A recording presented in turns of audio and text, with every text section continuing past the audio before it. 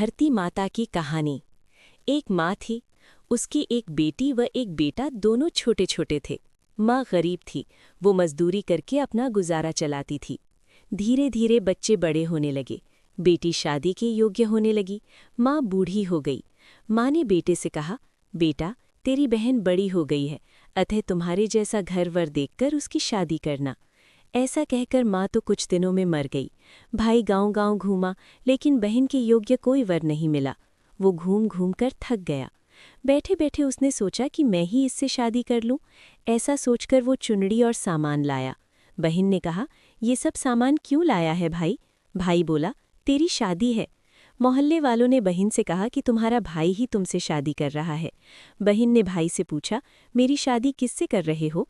भाई कुछ नहीं बोला तो बहन समझ गई। उसने एक लोटा लिया, चुनड़ी ली और चप्पल पहनकर जंगल में रवाना हुई।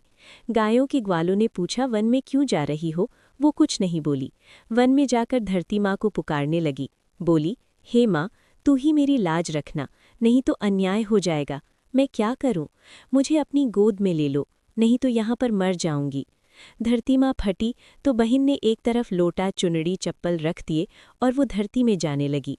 इतने में दौड़ता हुआ भाई वन में आया और ग्वाला से पूछा कि उसकी बहन किस तरफ गई है।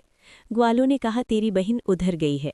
वो बहन बहन पुकारता हुआ दौड़ा तो बहन धरती माँ के अंदर समा रही थी, थोड़े बाल बाहर दिख रहे थे। उसने बहन के बाल मुट्ठी में पकड़े और रोने लगा, बहन तू सत्य के लिए धरती माँ की गोद में समा रही। मेरी बुद्धि भ्रष्ट हो गई थी। माँ का वचन निभाने के लिए मेरे जैसा कोई वर नहीं मिला, इसलिए ऐसा विचार आया।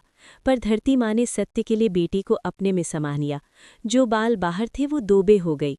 इसलिए औरतें कहानी सुनती हैं और लोटा, चप्पल, चुनड़ी, एक बर्तन में हरे मूंग, एक लड्डू कवारी कन्या को देगी, उसको धरती माता सुखी रखेगी।